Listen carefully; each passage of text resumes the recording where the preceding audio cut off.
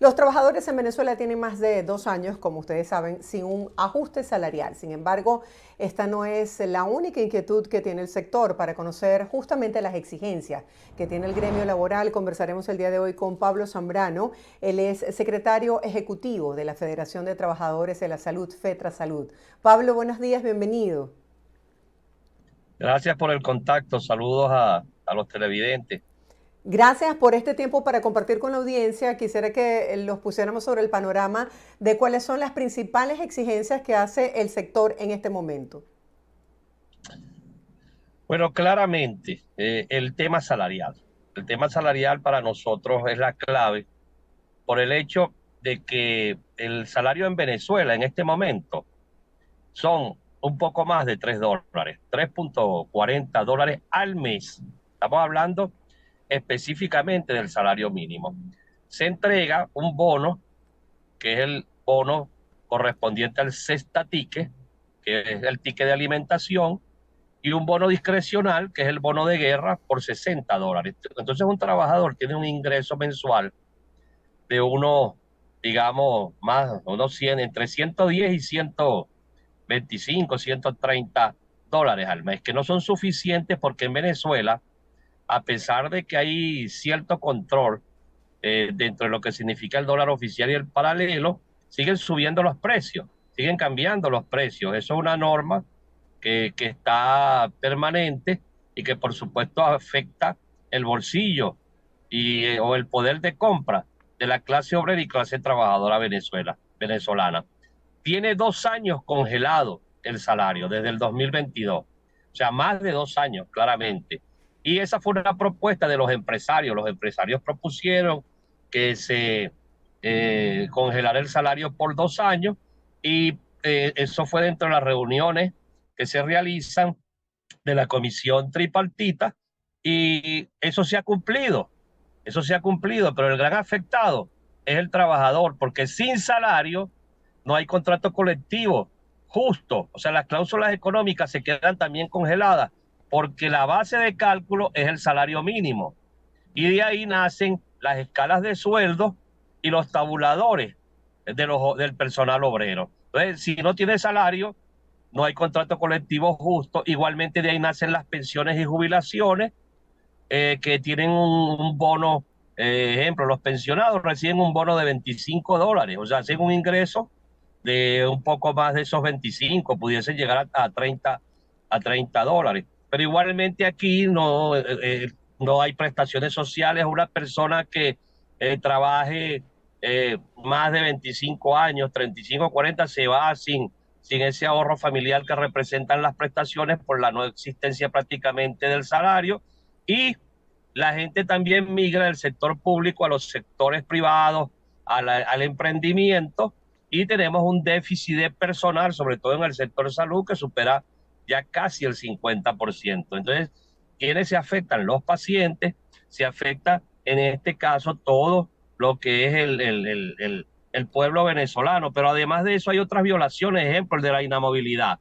La inamovilidad laboral aquí es letra muerta para el Estado. Si aquí quieren despedir a un trabajador, simplemente le aplican una cuestión que se llama cambio de modalidad de pago y le suspenden el sueldo, a pesar de que la ley dice lo contrario.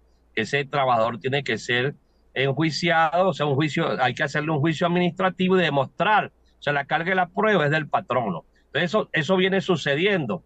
Igualmente, el tema de las condiciones de trabajo en el sector salud, que es en el que yo hago vida. Bueno, no hay, las condiciones son paupérrimas, empezando porque el agua falla permanentemente, el tema de la electricidad falla, la falta de equipos médicos, los reclamos del que va a un hospital es para el trabajador, es para el trabajador. Entonces, la situación se ha hecho de alguna manera muy dura porque se trabaja sin un poder adquisitivo que permita que la gente cubra, en este caso, su cesta, por lo menos alimentaria. Pablo, ¿de qué han servido las reuniones tripartitas y cuáles son las expectativas que ustedes tienen para este año electoral? Fíjate, las reuniones tripartitas, en todo caso, nosotros siempre le damos importancia a lo que puede significar el diálogo, pero los que han ganado son los empleadores hasta ahora. por el hecho de que se congeló el salario por 2 años, que ha sido la propuesta de Fede Cámara, y esa también la adoptó el patrono gobierno. Y en el caso de los trabajadores, después de 2 años, se anda solicitando un aumento de $200, que nosotros, en este caso, lo que creemos es que hay que construir un ingreso. Y te digo, en el gobierno pasado, el del presidente Hugo Chávez Frías, se construía un ingreso. Había el salario que se aumentaba, digamos, cada determinado tiempo, y se utilizaba el tema inflacionario, que sabemos que ahorita pudo practicarse la indexación y se está practicando es ahora, pero solo con ingreso, no con salario. Y el cesta ticket representaba una tiquera que los trabajadores lo convirtieron en patrimonio familiar, porque tú con una tiquera hacías un mercado, inclusive ayudabas con tickets a tu familia, a tu mamá, a un hermano necesitado, al papá, y se convirtió en un patrimonio que eso representa un almuerzo diario. Eso ahora son $40. Entonces necesariamente hay que construir un ingreso. Esa política del difunto presidente Chávez la echó por la borda el gobierno de Nicolás Maduro, o mejor dicho, el presidente Maduro, porque aquí nos reconocemos todos. Entonces, esa situación, desde el año 2018 para acá, cuando se tomaron las medidas económicas en aquel momento, eso permitió que se mantuviera la paridad entre el dólar oficial y el paralelo, pero dejaron que se pulverizara el salario y el ingreso de los trabajadores. Y por supuesto eso ha sido, digamos, nosotros lo catalogamos que nos zumbaron la crisis, así como le zumbaron la cruz a Jesucristo, y somos los que hemos sacrificado. Fíjate, el gobierno no tiene medidas de austeridad. Aquí hay más de 20 ministerios, todos tienen escolta, tienen carros buenos, o sea, aquí cualquier funcionario anda, digamos, hasta con escoltas. Vemos los gastos del Estado, que no hay un control real de las cuentas, y por supuesto eso lo paga en este caso los trabajadores. Nosotros sí hemos sacrificado porque nos han dejado sin salario, sin prestaciones. Fíjate, aquí en Venezuela la ley dice que cuando tú sales anualmente de vacaciones se te debe pagar un bono vacacional en dinero. Ese bono, el cálculo son los $3 de salario. Quiere decir que los trabajadores se van sin bono vacacional, o sea, ¿qué van a disfrutar si no tienen recursos, si no tienen dinero? Igualmente el bono recreacional de los jubilados. Entonces hay una violación fragante en Venezuela, tanto de la Constitución, en el artículo 98, que señala claramente que el salario tiene que ser digno y suficiente, igualmente en las pensiones y las jubilaciones, y en las cláusulas económicas y sociales de los trabajadores que pertenecen a la administración pública y en el sector privado también. ¿Con quiénes se están reuniendo en este momento y cuando han hecho estas peticiones, cuál ha sido la respuesta hasta ahora? Bueno, la respuesta es precisamente que se ha venido llevando en la comisión tripartita algunas conversaciones, y algo que fue un error. En estos 2 años que tiene establecida esta comisión, solo estaba discutiendo metodología, o sea, un método cómo aumentar el salario mínimo, que según hay rumores y que lo van a lograr, pero eso lo vienen diciendo hace 2 años. Y el tema es que avance salarial no ha habido. El gobierno se reserva legalmente los aumentos, y por supuesto, él es el que tiene el poder de decidir cuál es el salario, y eso tiene que cambiar. Tiene que haber discusiones entre patronos y trabajadores para establecer el salario que quieren las partes, no es que quiere una sola parte, que es lo que viene sucediendo en Venezuela, que el salario lo decreta, en este caso, el gobierno nacional, y los trabajadores ahí no participan, y es de acuerdo a los criterios que ellos manejan. Fíjate que las cláusulas sociales, que son esas cláusulas de servicios funerarios para proteger al trabajador, matrimonio, prima por hijos, todas esas cosas, son como 20 cláusulas sociales. En este momento son 12 bolívares, 12 bolívares en Venezuela. Eso es, bueno, nada, pues. Y eso, y esas son las cosas que se hacen desde digamos, el gobierno central. Y por supuesto los afectados somos nosotros. En el caso del movimiento sindical, para entrar en esa materia también, tenemos un grave problema. Que ejemplo, la central nuestra, voy a hablar de la central, aunque todas las centrales tienen que hacer elecciones, la central CTV que es donde nosotros pertenecemos, el siglo tiene 24 años y la CTV tiene 22 años y 6 meses sin realizar ni llamar a un proceso electoral, a pesar de las presiones que se han realizado. Los compañeros ahí ya se han muerto prácticamente todos, quedan los cargos importantes, están, digamos, fallecieron, ya no están vivos, y queda un grupo de compañeros que no quieren entender que hay que aperturar y ir a un proceso electoral, así como va un concejal, como va un diputado, como va cualquier digamos, ciudadano que tiene que aspira a ser elegido en un cargo, digamos, de elección popular. Entonces son Pablo, cosas que suceden. Igualmente la Central Bolivariana no ha hecho elecciones y todas las demás. La que está más al día es así Venezuela, Alianza Sindical Independiente. Entonces, por supuesto, el tejido social de los trabajadores está en la base, está en las bases de los trabajadores, que somos los que estamos permanente peleando en la calle, pero no participamos en las reuniones tripartitas. entiendo. Un número importante de profesionales de la salud súper talentosos se han visto obligados a emigrar de Venezuela y otros obligados a emigrar del campo de la salud. ¿Cuáles pudiesen ser los escenarios que tú ves para este sector a corto y mediano plazo? Bueno, fíjate, hay una gran oportunidad que se presenta en Venezuela el próximo 28 de julio. O sea, aquí no se puede estar llamando ya más abstención, pase lo que pase, que hay que salir a votar en Venezuela. Si queremos cambios y transformaciones, hay que hacerlo por la vía democrática, profundizar la democrática por la vía del voto. Y yo llamo a los trabajadores venezolanos masivamente a votar el 28 de julio.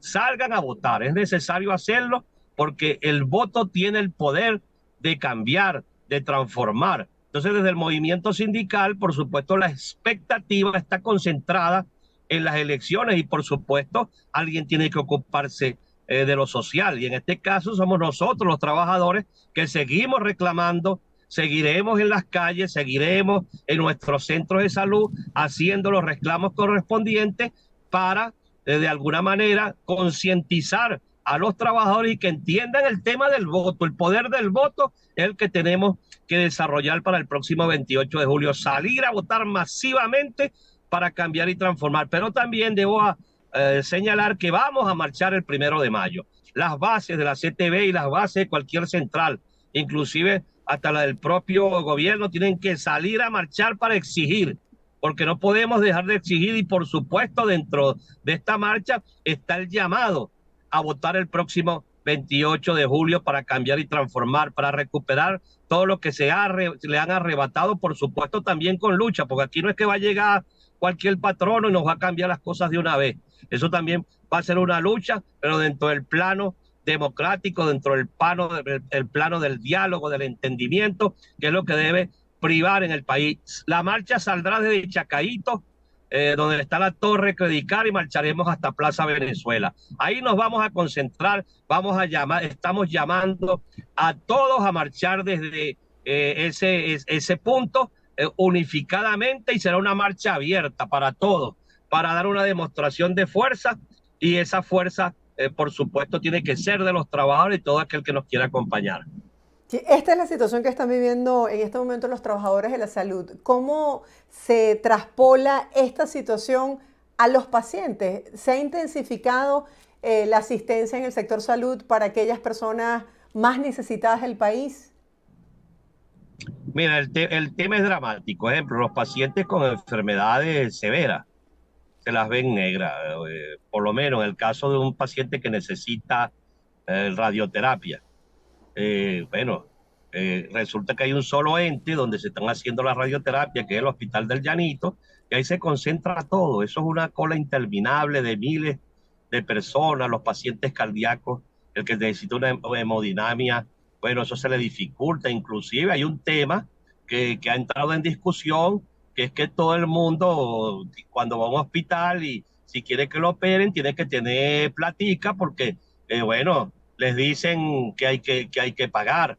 Y son cosas que tienen que ser revisadas las direcciones de los distintos hospitales, a ver qué pasa con esa situación, porque el gobierno está en el deber de garantizarle a los ciudadanos la atención médica, y en Venezuela eso no está sucediendo. Entonces, se la pasa muy mal. Por supuesto, los trabajadores son los que reciben los reclamos permanentemente de los pacientes. Y más allá de eso, nosotros, los propios trabajadores sanitarios, nosotros, nos cuesta que nos atiendan. Imagínate tú cómo está el sector. Y esa es una queja que se viene realizando permanentemente. Los trabajadores de la salud, si necesitan un medicamento, hemos visto en estos días en un ente, en la Secretaría de Salud, eh, se, se, se perdieron.